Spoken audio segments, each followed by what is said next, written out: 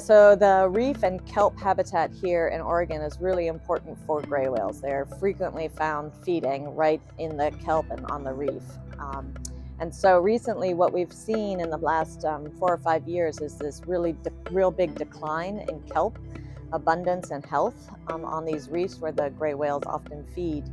And that's coincided with a huge increase in purple urchins. And so what we documented happened is that when there was a marine heat wave, there was also a big sea star wasting disease. And so these big, beautiful sunflower sea stars, which are the main predators of urchins in Oregon waters, they were decimated.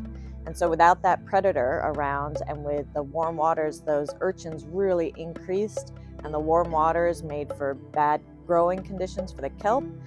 And so at the same time, there were a lot of urchins around feeding on the kelp. So urchins normally just feed on the drift kelp that falls down and to the seafloor, and then urchins go around eating that. But when there wasn't enough drift kelp, they started actively eating on the kelp itself, so climbing up the stalks and eating the kelp. And that meant that there was no more kelp around, or much less healthy kelp to form the nice reef habitat that supports all the zooplankton and the fish that make our reefs here in Oregon so vibrant. And what we've documented alongside that trophic cascade without the sunflower sea stars and with so many urchins and the decline in kelp is that there was also a decline in the prey for gray whales, and then less gray whales in those reefs feeding.